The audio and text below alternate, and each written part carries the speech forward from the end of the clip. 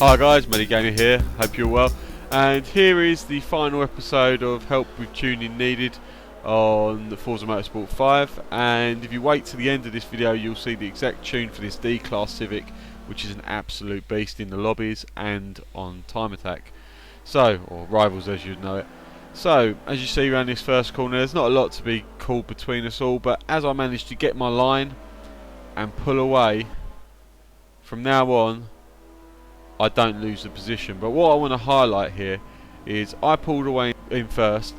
The second Civic there is Willie 8705. Now he's the guy that we built this Civic build together, and we are racing. We're not trying to let one go first and the other follow. We are fully racing here, and as you see, the distance here is a fair distance. I've got a good 5-6 car lengths on him, but because of his setup is very slightly different to mine for his own preference, not for anything else. The actual base tune is exactly the same. He might have slightly less oversteer than I have, because I've got like a very oversteery fit.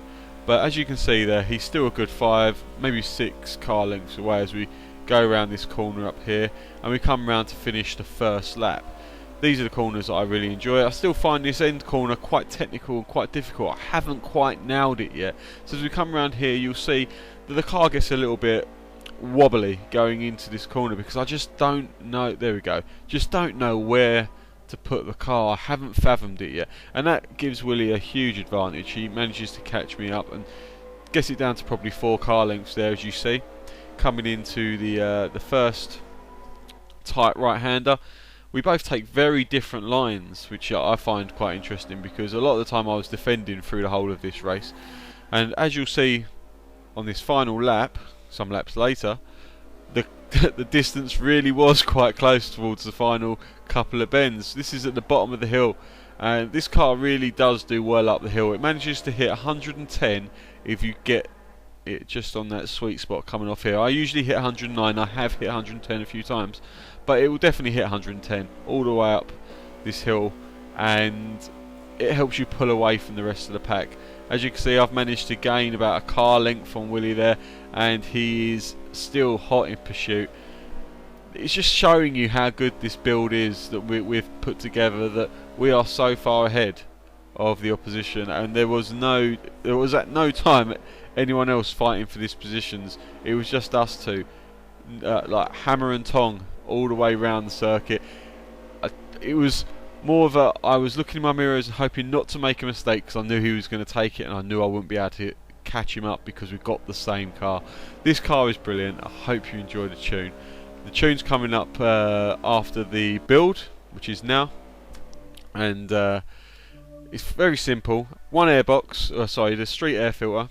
You go into here, you've got the racing spring and dampers, you've got the racing anti-roll bars, front and back, you've got the street weight reduction, we don't have the bars, you've got the street gearbox, or street transmission, you've got the race driveline, you've got the race differential. That's a free upgrade, you might as well get it. Moving on to the wheels, you've got the standard compound tyre, then you've got the full width at the front, the full width at the back, standard size rims, as you can see here, front and back, and that's that for in there. And then you've got your aero, and on your aero you have your Forza bonnet, Forza splitter at the front, you have your Forza wing at the back, and I just like to put on a bonnet to make it look a bit nice. But there's no real benefit to the bonnet. I think it makes it slightly lighter, but other than that there's not a massive benefit. And on to the tune. So it's 27 PSI at the front, 27.5 at the back. Gears I haven't touched because I've only got the street transmission. Alignment is minus 3.5, minus 3.4, 0 on the toe, and 5.4 caster angle. Anti-roll bars are very specific to you, whether you want it oversteer or understeer. Here's the spring setup. There is a calculation for that, which I'll put in the description. Rebound stiffness 97-94, bump stiffness 37-34, aero down to nothing, brakes can't be touched, and differentials on 21. I've been Muddy Gamer. Hope you've enjoyed this build. Tell me what sort of times you can get, and I'll see you in the next one.